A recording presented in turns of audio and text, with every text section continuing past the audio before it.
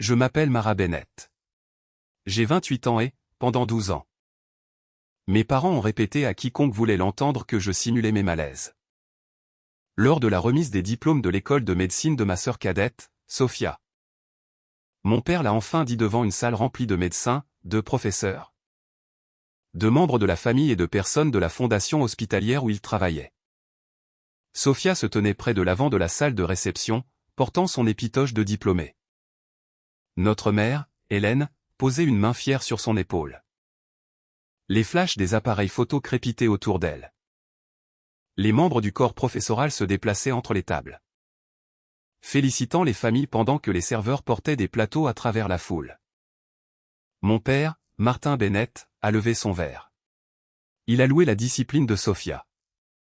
Il a parlé des années qu'elle avait consacrées aux études et des vies qu'elle allait bientôt aider à sauver.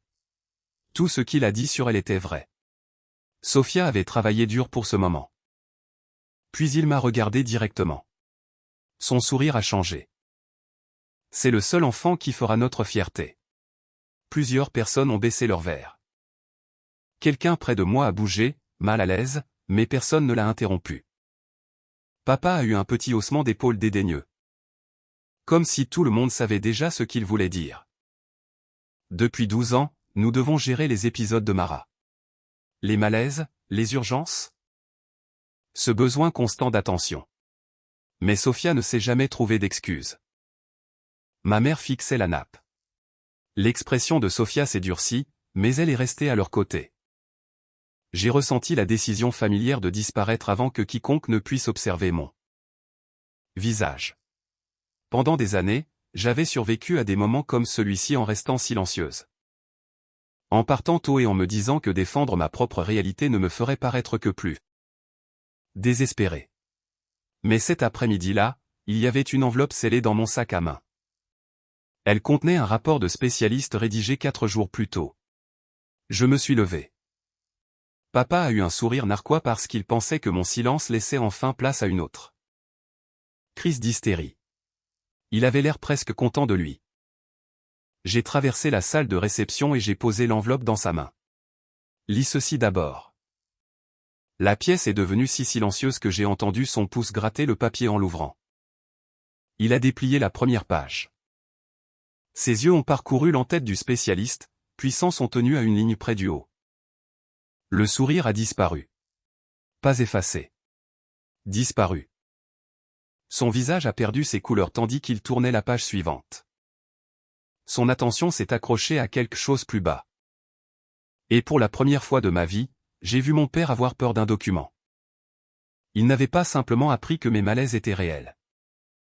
Il avait découvert que le rapport contenait quelque chose de lié à une décision prise 12 ans plus tôt, quelque chose qu'il ne pouvait plus justifier. Avant de vous dire ce qu'il a lu, abonnez-vous à la chaîne. Activez la cloche de notification et aimez cette vidéo. Si vous avez déjà été traité comme quelqu'un de peu fiable simplement parce qu'une personne puissante trouvait votre vérité dérangeante, vous comprendrez pourquoi ce qui s'est passé ensuite était si important. Pour comprendre cette enveloppe, nous devons revenir à la première fois où mon corps m'a lancé un avertissement. J'avais 16 ans. Cela s'est produit pendant une séance de course à pied l'après-midi à l'école. J'avais déjà effectué le même parcours auparavant, mais ce jour-là, au milieu du dernier tour, quelque chose a changé. Mon cœur ne me semblait pas seulement battre vite à cause de l'exercice. Son rythme est devenu irrégulier, comme s'il avait perdu le rythme qu'il était censé suivre. J'ai ralenti. Les voix autour du terrain semblaient s'éloigner. Les lignes blanches éclatantes sous mes chaussures se sont floutées. Et je me rappelle avoir tendu la main vers la clôture parce que je pensais que m'y accrocher me maintiendrait debout. Ce ne fut pas le cas. Lorsque j'ai repris conscience, j'étais allongé sans bouger, avec mon entraîneur et l'infirmière de l'école à mes côtés. Plusieurs élèves s'étaient rassemblés à distance. L'infirmière m'a demandé si je pouvais l'entendre et m'a dit de ne pas bouger trop vite. Je ne comprenais pas ce qui s'était passé. Je ne m'étais jamais évanoui auparavant.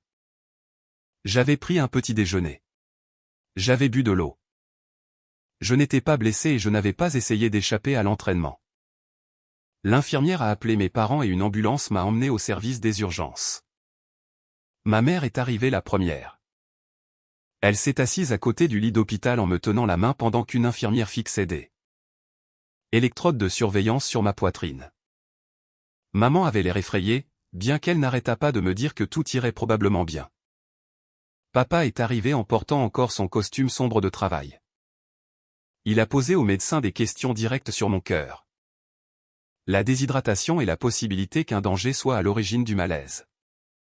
C'était la dernière fois que je me souviens l'avoir vu traiter un de mes épisodes comme un mystère, méritant une réponse.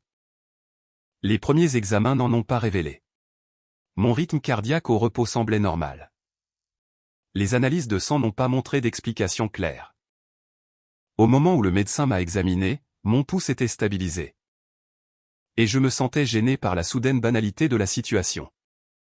Papa a expiré lorsque le médecin a dit que les résultats étaient rassurants. Maman m'a serré la main. Je voulais être soulagé moi aussi, mais le médecin n'a pas minimisé ce qui s'était passé. Il a expliqué qu'un malaise pendant un effort physique justifiait tout de même des examens complémentaires, même lorsque les premiers tests paraissaient normaux. Il a recommandé à mes parents de prendre rendez-vous avec un cardiologue pédiatrique qui pourrait effectuer des tests plus spécialisés. Une infirmière a apporté le document de sortie. Papa l'a lu rapidement et a signé au bas de la page. Je l'ai regardé placer les papiers dans une pochette portant le logo de l'hôpital sur le devant. Nous allons nous en occuper, a-t-il dit. Je l'ai cru. Sur le chemin du retour, maman a répété que les résultats normaux étaient une bonne nouvelle. Papa a dit que je devais éviter de courir jusqu'au rendez-vous chez le spécialiste. Lorsque nous sommes arrivés, Sophia, alors âgée de 13 ans, attendait près de la porte d'entrée avec ses livres scolaires encore étalés sur la table de la salle à manger. Elle s'est précipitée vers moi et m'a demandé si j'allais bien. À cette époque, elle n'était pas l'enfant parfaite, et je n'étais pas la déception de la famille. Elle était simplement ma petite sœur. Et elle semblait sincèrement effrayée qu'il m'ait fait arriver quelque chose. Je lui ai dit que les médecins n'avaient encore rien trouvé. Mais que papa organisait d'autres examens. Ce soir-là, je me suis endormi en croyant que les adultes autour de moi continueraient à chercher jusqu'à ce que quelqu'un comprenne pourquoi je m'étais évanoui. Je ne savais pas que le rendez-vous chez le spécialiste n'aurait jamais lieu. Je ne savais pas que le dossier serait rangé. Et je ne pouvais pas savoir que la prochaine fois que je m'évanouirais, mes parents commenceraient à remplacer l'inquiétude par la suspicion. C'est ainsi que 12 ans d'incrédulité ont commencé. Le rendez-vous chez le spécialiste n'a jamais été inscrit à notre calendrier. Pendant la première semaine suivant la visite à l'hôpital, j'ai attendu que papa me dise quand nous irions. Je vérifiais le calendrier familial chaque matin, cherchant une nouvelle mention à côté de mon nom. Il n'y avait rien. Quand je lui ai enfin demandé, il a à peine levé les yeux de son ordinateur portable. Les examens d'urgence étaient normaux, a-t-il dit. Nous ne allons pas passer des mois à chercher quelque qui ne se reproduira peut-être jamais. Mais le médecin voulait que je voie un cardiologue. Il l'a recommandé par précaution. Maman se tenait près du comptoir de la cuisine. Elle aurait pu lui rappeler que le médecin avait été précis concernant les malaises pendant l'effort. Au lieu de cela, elle m'a adressé un sourire bienveillant. Ton père ne dit pas qu'il ne s'est rien passé, m'a-t-elle dit. Il dit que nous ne devrions pas nous effrayer alors que l'hôpital n'a trouvé aucune urgence. C'est ainsi que le rendez-vous a disparu. Pas à la suite d'une dispute, pas parce que nous manquions d'assurance ou d'argent. Mon père a simplement décidé que ce n'était pas nécessaire. Et ma mère a décidé qu'être d'accord avec lui était le moyen le plus simple de préserver la paix. Pendant plusieurs mois, il ne s'est rien passé d'autre. J'ai arrêté de courir parce que papa me l'avait demandé. Mais personne n'a préparé de plan alternatif. Finalement, la restriction elle-même est devenue gênante. Mon professeur d'éducation physique avait besoin d'un justificatif. L'école voulait savoir si j'avais un problème médical. Papa n'avait pas de réponse. Il m'a dit de participer prudemment. Le deuxième malaise s'est produit lors d'une évaluation de conditions physiques en intérieur. Je me déplaçais rapidement entre plusieurs ateliers d'exercice lorsque les battements irréguliers sont revenus. Je me suis arrêté immédiatement, mais cette fois, la sensation s'est aggravée au lieu de s'apaiser. Je me suis assise avant de tomber.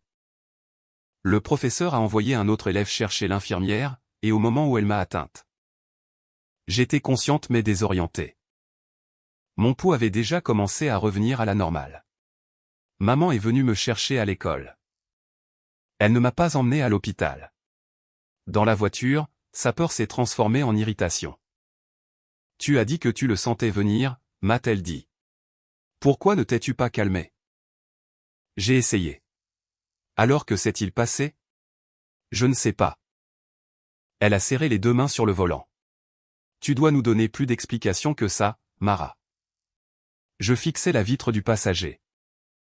Incapable d'expliquer quelque chose que je ne comprenais pas moi-même. Papa m'a interrogé ce soir-là comme s'il vérifiait une note de frais.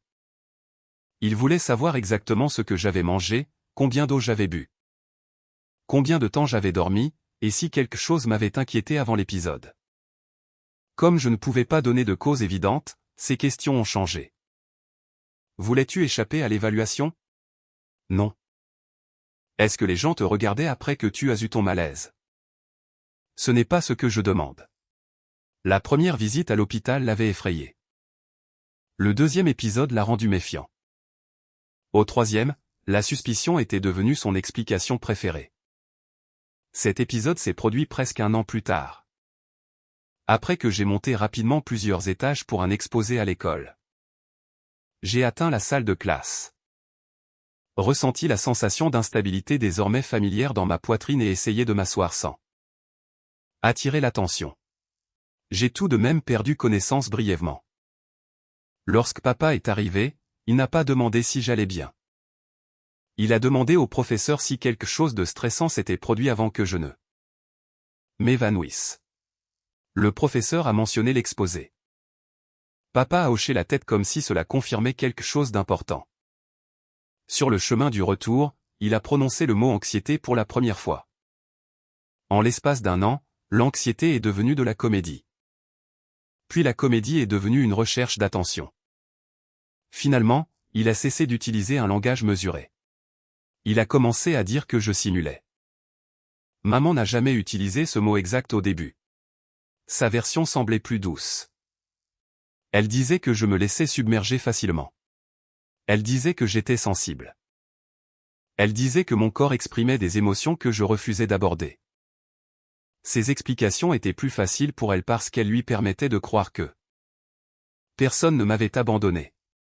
Si mes malaises provenaient de ma personnalité, alors le rendez-vous manqué chez le spécialiste n'avait pas d'importance. Sophia a vu ce changement s'opérer. À 13 ans. Elle avait attendu près de la porte d'entrée après ma première visite à l'hôpital parce qu'elle avait peur pour moi. Mais elle a aussi vite appris quelle version des faits apportait la paix dans notre maison. Si elle remettait papa en question, l'ambiance devenait tendue. Si elle était d'accord avec lui, il louait sa maturité. Au moment où elle est entrée au lycée, nous nous étions installés dans des rôles qu'aucune de nous n'avait choisis. Sophia était fiable. J'étais imprévisible. Sophia menait à terme tout ce qu'elle entreprenait. Je créais des urgences. Sophia gérait la pression. Je m'effondrais dès que la vie devenait difficile. Le pire, c'est que j'ai commencé à répéter ces jugements dans ma propre tête. Après chaque épisode, je cherchais ce que j'avais pu faire de mal. Je me demandais si la peur avait provoqué ce rythme dans ma poitrine ou si c'était le rythme qui avait provoqué la peur. Je m'excusais auprès des professeurs, des infirmières, des collègues et des parents avant même que quiconque ne me le demande. Je suis devenue experte dans l'art de minimiser ma propre détresse. À 17 ans, j'ai acheté un cahier simple et j'ai commencé à noter chaque épisode. J'inscrivais la date, l'activité, les sensations d'avertissement, la durée de la confusion et mon état d'esprit par la suite. J'indiquais si j'avais été debout, en train de grimper, de courir, de me précipiter ou sous une pression émotionnelle soudaine. Je ne savais pas que j'étais en train de constituer un dossier médical. Je pensais que je préparais ma défense. Lorsque papa disait que je ne me souvenais pas correctement des événements, je sortais le cahier. Il refusait de le lire. Tu entretiens le problème, disait-il. Les gens en bonne santé ne notent pas la moindre sensation.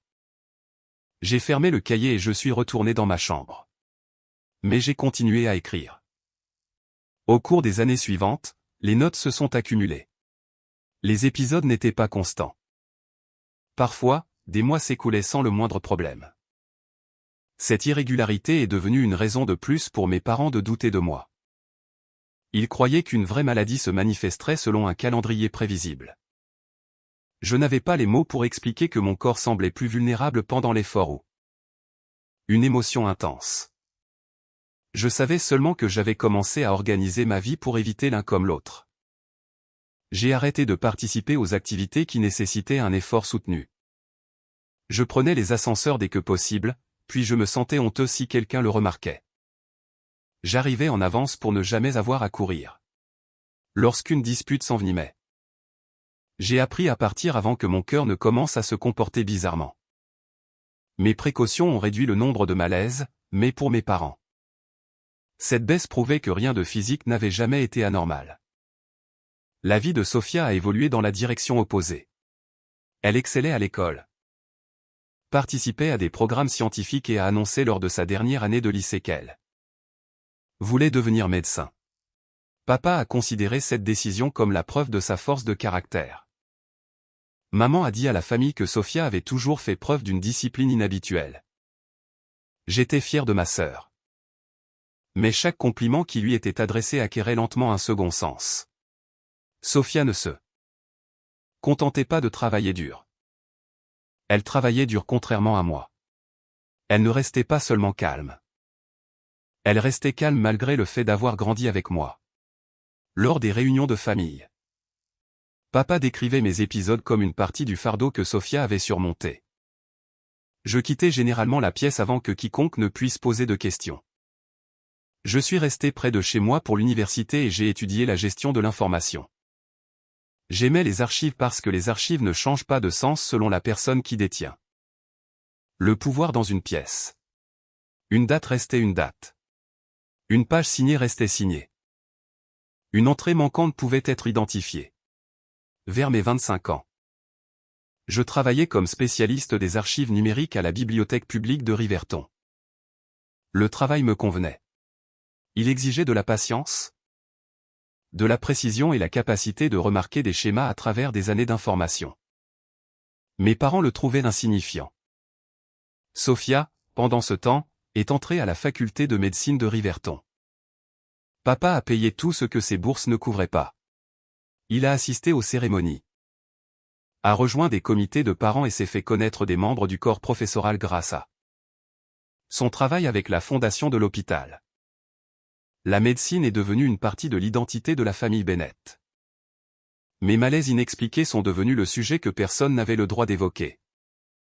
Sauf si papa s'en servait pour expliquer à quel point Sophia était exceptionnelle. Au cours de la 2e année de Sophia, j'ai essayé de lui parler en privé. Je lui ai montré le cahier. Elle a feuilleté plusieurs pages, et pendant un instant plein d'espoir, j'ai pensé qu'elle verrait ce que je voyais. Puis elle m'a demandé si j'avais déjà envisagé que le fait de noter chaque épisode pouvait me rendre plus anxieuse à leur sujet. La formulation était plus douce que celle de papa, mais la conclusion était la même. Je ne te demande pas de me diagnostiquer, ai-je dit. Je te demande si cela te semble aléatoire. Sophia a hésité. Elle n'avait pas encore étudié en profondeur les troubles héréditaires du rythme cardiaque. Et elle le savait. Mais admettre une incertitude aurait exigé de contester un récit familial qui l'avait protégé. Pendant des années, les examens d'urgence étaient normaux, a-t-elle dit. Cela doit bien vouloir dire quelque chose. Cela ne veut pas dire qu'il ne s'est rien passé. Je n'ai pas dit ça. Tu n'avais pas besoin de le dire. Elle a fermé le cahier et me l'a rendu. Ni l'une ni l'autre n'avons réévoqué le sujet pendant près de 3 ans. L'épisode qui a finalement changé mon orientation s'est produit au travail.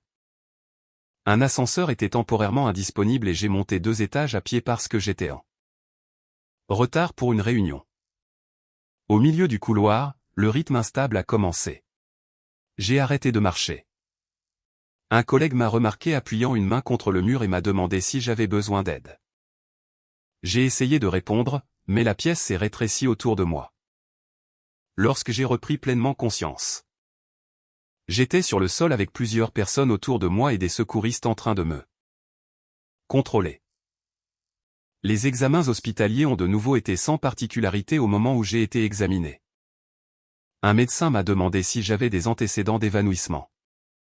J'ai failli donner la réponse que j'avais appris à donner, anxiété, stress, rien de grave.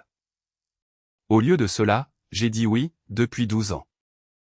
J'ai apporté mon cahier à un rendez-vous de suivi et j'ai demandé à être adressé à un spécialiste des troubles du rythme cardiaque.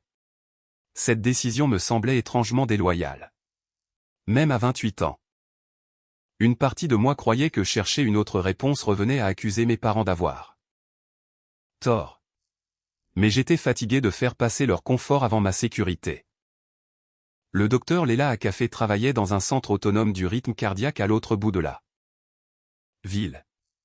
Son cabinet était calme et fonctionnel. Sans les plaques étincelantes de la fondation qui couvraient les murs des bâtiments liés au travail de papa. Lors de notre premier rendez-vous, elle n'a pas commencé par me dire ce qu'elle pensait. Elle m'a demandé de décrire le premier malaise, puis le deuxième, puis la sensation d'avertissement. Elle a consulté le cahier lentement, allant et venant entre les notes. Vous avez enregistré ce que vous faisiez avant chaque événement, a-t-elle dit. J'essayais de prouver qu'ils n'étaient pas aléatoires. Ils ne le sont pas. Ces mots ont failli faire voler en éclats la retenue que j'avais maintenue pendant des années. Le docteur Akafé a souligné le lien répété entre l'effort, le stress émotionnel soudain et le début de mes symptômes. Elle a expliqué que certains troubles du rythme étaient intermittents. Un test normal au repos après un épisode ne pouvait pas capturer ce que le cœur faisait pendant le déclencheur. Pendant 12 ans, des examens normaux avaient été utilisés comme preuve contre moi. Le docteur Akafé les a traités comme des informations incomplètes. Elle a organisé une surveillance spécialisée et des examens sous contrôle médical. Elle a également demandé les dossiers de ma première visite aux urgences. Les examens m'ont effrayé, mais pas parce que je m'attendais à un autre résultat normal. Pour la première fois, j'avais peur que quelqu'un ne trouve enfin ce qui s'était caché. Pendant l'évaluation supervisée, le rythme anormal est apparu. L'équipe médicale a mis fin au test en toute sécurité et a enregistré ce qui s'était passé. La preuve existait en dehors de ma mémoire.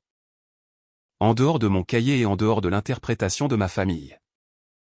Le docteur Akafé a ordonné une analyse génétique pour confirmer ce qu'elle suspectait. Pendant que nous attendions, je me suis retrouvé prise entre deux peurs. Si le résultat était négatif, je retournerais à l'incertitude. S'il était positif, je devrais accepter que mon corps ait porté une affection grave alors que tout le monde autour d'eux moi parlait de recherche d'attention. Le résultat est revenu positif pour un variant pathogène impliquant le gène RYR2. Le docteur Akafé m'a diagnostiqué une tachycardie ventriculaire polymorphe catécholaminergique, TVPC. Elle a expliqué qu'il s'agissait d'un trouble héréditaire du rythme cardiaque couramment déclenché par l'effort ou une émotion intense. Une personne pouvait avoir un cœur au repos d'apparence normale et développer tout de même un rythme dangereux dans les bonnes conditions. Mes malaises n'avaient pas été de la comédie. Ils n'avaient pas été un manque de discipline. Ils n'avaient pas été des tentatives d'échapper à mes responsabilités. Ils avaient été des avertissements médicaux. Je me suis assise dans le cabinet du docteur Akafé en tenant un résumé imprimé tandis que 12 ans de souvenirs se réorganisaient autour d'un diagnostic. Je pensais que je me sentirais triomphante. Au lieu de cela, j'ai pleuré. Je me suis souvenu de chaque fois où je m'étais excusé après m'être réveillé sur un sol. De chaque activité que j'avais évitée. De chaque professeur qui avait eu l'air incertain. De chaque proche qui avait entendu la version de papa en premier. De chaque fois où maman m'avait demandé d'arrêter de perturber la famille. Le docteur Akafé a laissé le silence s'installer jusqu'à ce que je sois prête à parler. Est-ce que cela peut être pris en charge, ai-je demandé. Oui, a-t-elle dit, mais nous devons prendre cela au sérieux. Cette réponse contenait plus de bienveillance que n'importe quelle promesse de guérison facile aurait pu en offrir. Nous avons commencé un traitement dirigé par un spécialiste et un plan de sécurité. Elle a également expliqué que les membres de la famille au premier degré devaient bénéficier d'un dépistage approprié en raison de la découverte génétique. Le diagnostic n'appartenait pas seulement à la fille que mes parents avaient qualifiée de difficile. Il soulevait des questions pour toute la famille. J'ai demandé au docteur Akafé un rapport écrit complet. Une partie de moi croyait encore que si mes parents voyaient un en-tête officiel, des résultats d'examen et la signature d'un spécialiste, ils comprendraient enfin. Puis les archives de ma première visite aux urgences sont arrivées. Le docteur Akafé les a examinés avant notre rendez-vous suivant. Lorsque je suis entré dans son cabinet, une seconde pochette reposait à côté de mon nouveau rapport. Le médecin d'urgence initiale a recommandé un suivi cardiaque, a-t-elle dit. Je me souviens. Il y a plus de documents que ce qu'on vous a probablement montré. Elle a tourné le dossier vers moi. Les instructions de sortie comprenaient un avertissement écrit indiquant qu'un malaise inexpliqué pendant l'effort nécessitait une évaluation spécialisée, même après des examens initiaux rassurants. Sous la recommandation se trouvait la signature de mon père. Pendant des années, papa avait parlé comme si l'hôpital n'avait rien trouvé et m'avait renvoyé à la maison sans inquiétude. Le document montrait quelque chose de différent. Les médecins ne lui avaient pas promis que j'allais bien. Ils lui avaient dit ce qui devait se passer ensuite. Il avait signé la page reconnaissant ses instructions. Puis il avait choisi de ne pas les suivre. J'ai regardé la signature jusqu'à ce que les lettres cessent de ressembler à son nom.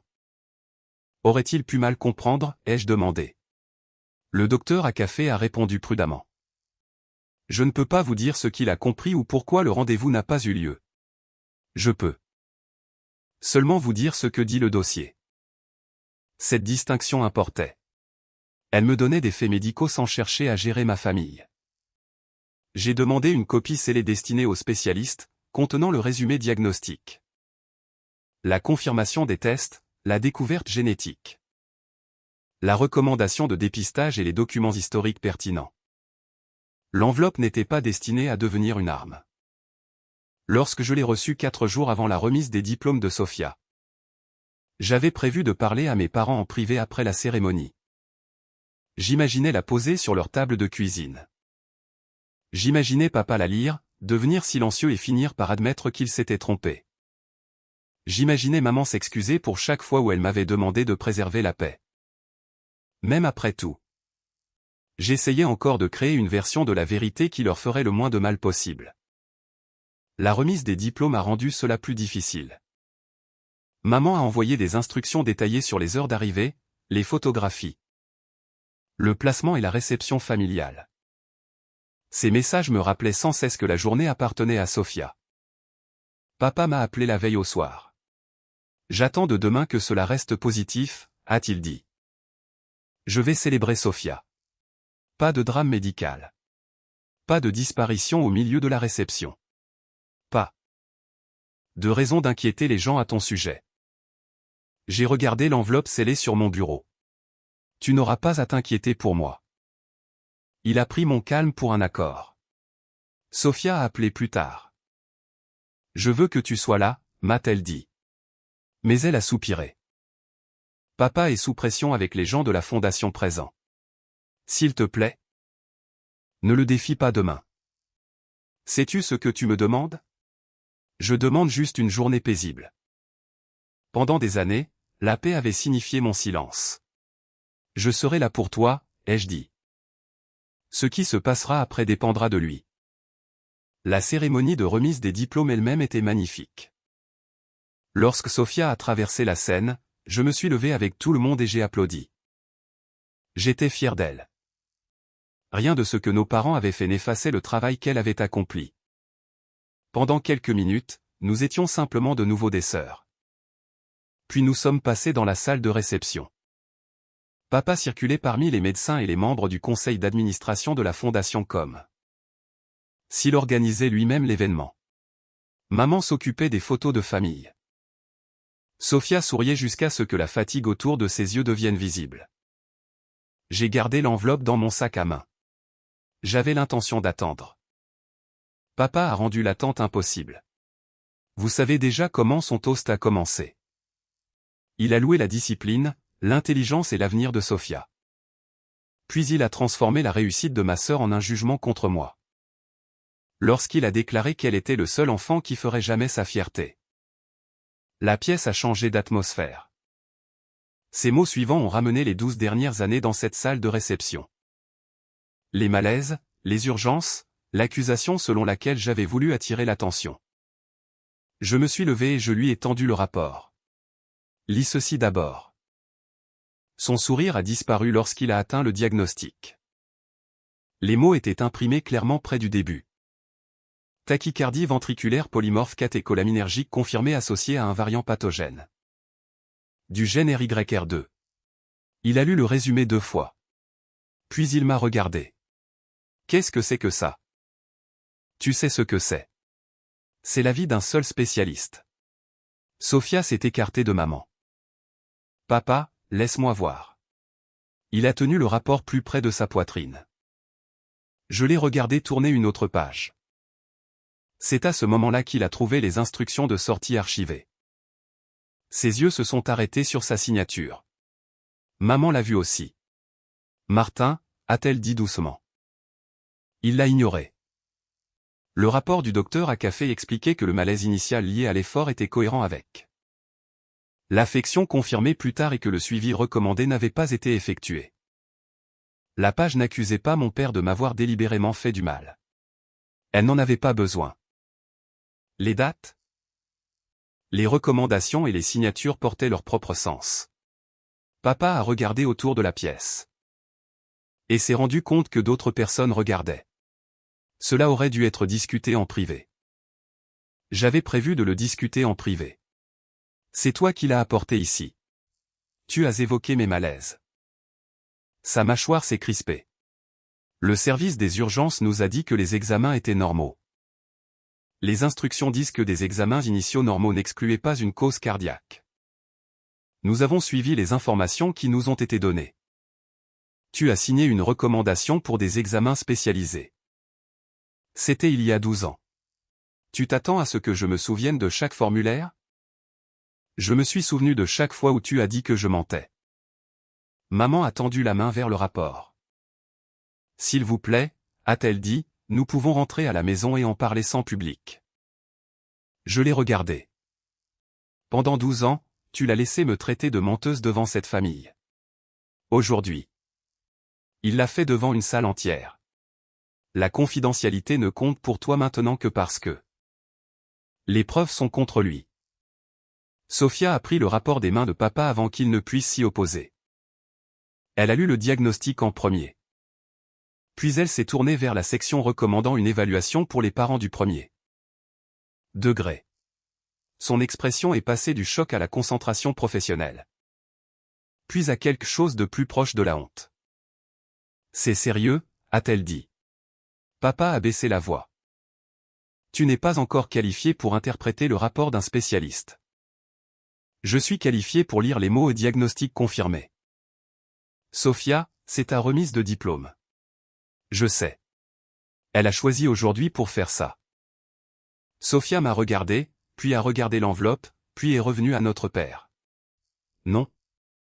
C'est toi qui as choisi aujourd'hui quand tu as utilisé ma remise de diplôme pour l'humilier. Papa l'a regardée comme si elle avait enfreint une règle qu'aucun d'eux n'avait jamais prononcée à voix haute. Sophia a retiré son épitoche de ses épaules et l'a posée sur le dossier d'une chaise. J'ai travaillé pour ça, a-t-elle dit. Mais je ne vais pas te laisser l'utiliser comme preuve que Mara a échoué. Maman a commencé à pleurer doucement. Le visage de papa s'est durci. Il a accusé l'hôpital de ne pas avoir communiqué. Il a suggéré que mes symptômes avaient été inconstants. Il a dit qu'on ne pouvait s'attendre à ce qu'aucun parent raisonnable ne reconnaisse un trouble rare du rythme cardiaque. Certaines de ces déclarations contenaient des parcelles de vérité. Il n'était pas cardiologue. Mes symptômes avaient été intermittents. La maladie était difficile à détecter par des examens de routine. Mais rien de tout cela n'expliquait pourquoi il avait converti l'incertitude en cruauté. Cela n'expliquait pas pourquoi il avait ignoré la recommandation.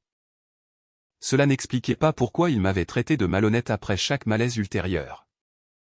Être incapable de me diagnostiquer n'était pas son plus grand échec. Décider qu'il savait que je simulais l'était.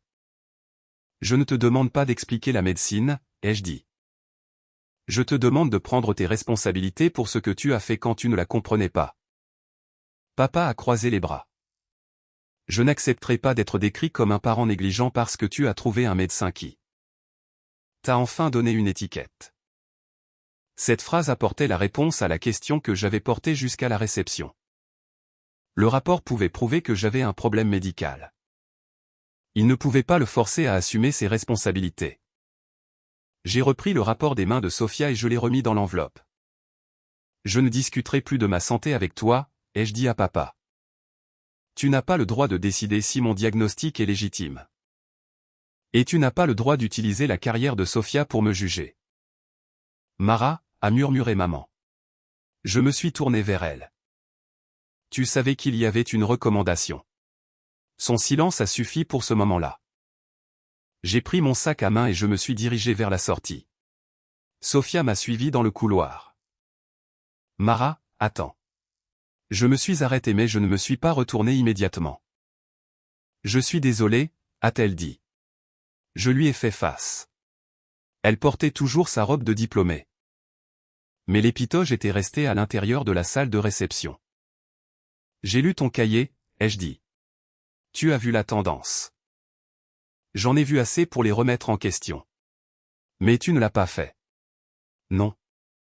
Elle n'a pas trouvé d'excuse. C'était la première différence significative entre sa réaction et celle de nos parents.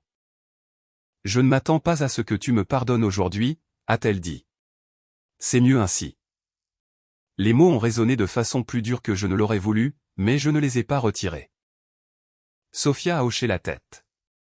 Je vais suivre la recommandation de dépistage. Tu devrais. Et je vais les empêcher de m'utiliser contre toi. Cela aurait dû arriver il y a des années. Je sais. Je suis parti avant que la conversation ne devienne une autre promesse faite sous la pression. Dehors, la lumière du soleil de l'après-midi était presque douloureusement vive. Des familles se déplaçaient sur le campus en portant des fleurs et en prenant des photos. J'avais imaginé le triomphe de la vérité comme un moment de soulagement. Au lieu de cela, j'ai ressenti tout le poids de ce qui avait été volé. Le diagnostic avait donné un nom à mes malaises. La page signée avait donné une date à la décision de mon père. Ni l'un ni l'autre ne pouvait me rendre les années écoulées entre-temps.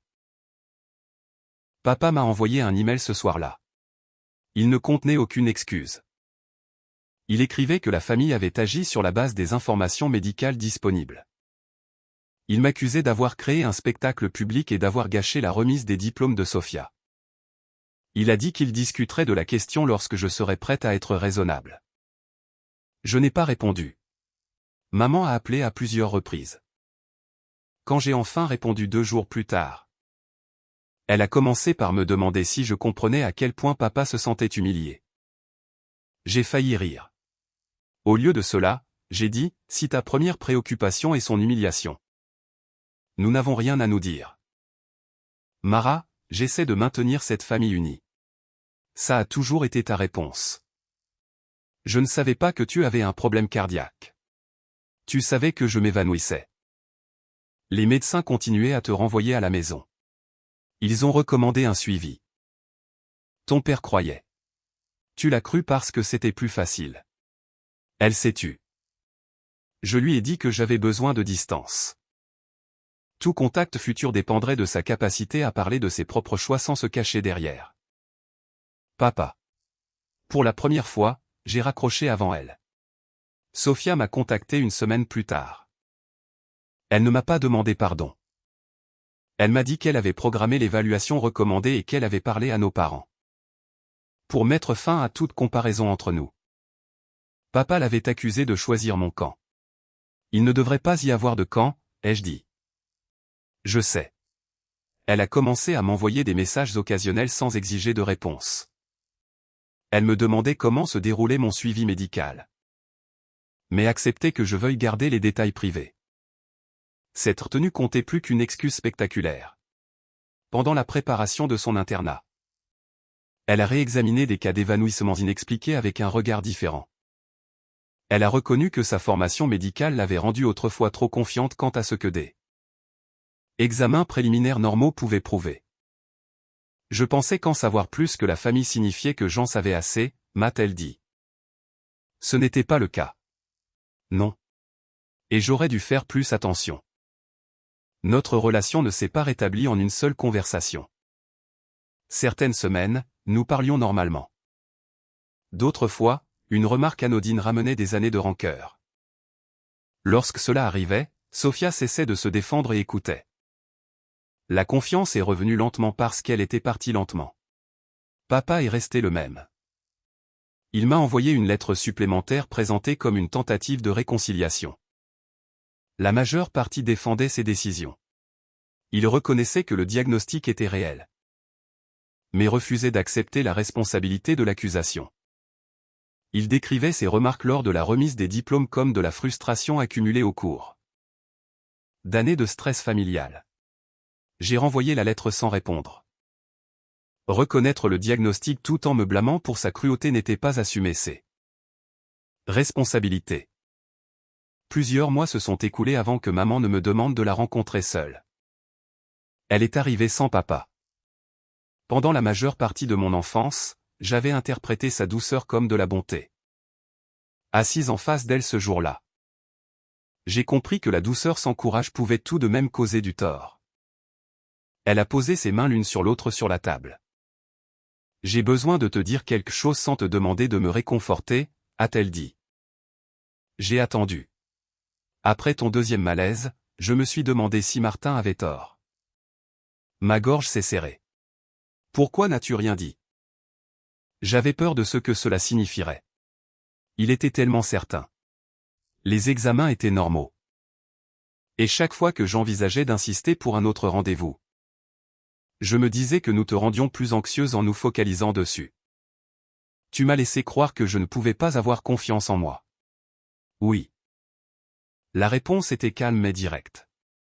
Elle a admis que l'inquiétude était devenue gênante. L'explication de papa avait rétabli l'ordre et elle avait protégé cet ordre au lieu de me protéger. Elle ne s'est pas prétendue impuissante. Elle n'a pas dit qu'elle était désolée seulement pour ce que j'avais ressenti. Je t'ai abandonné, a-t-elle dit.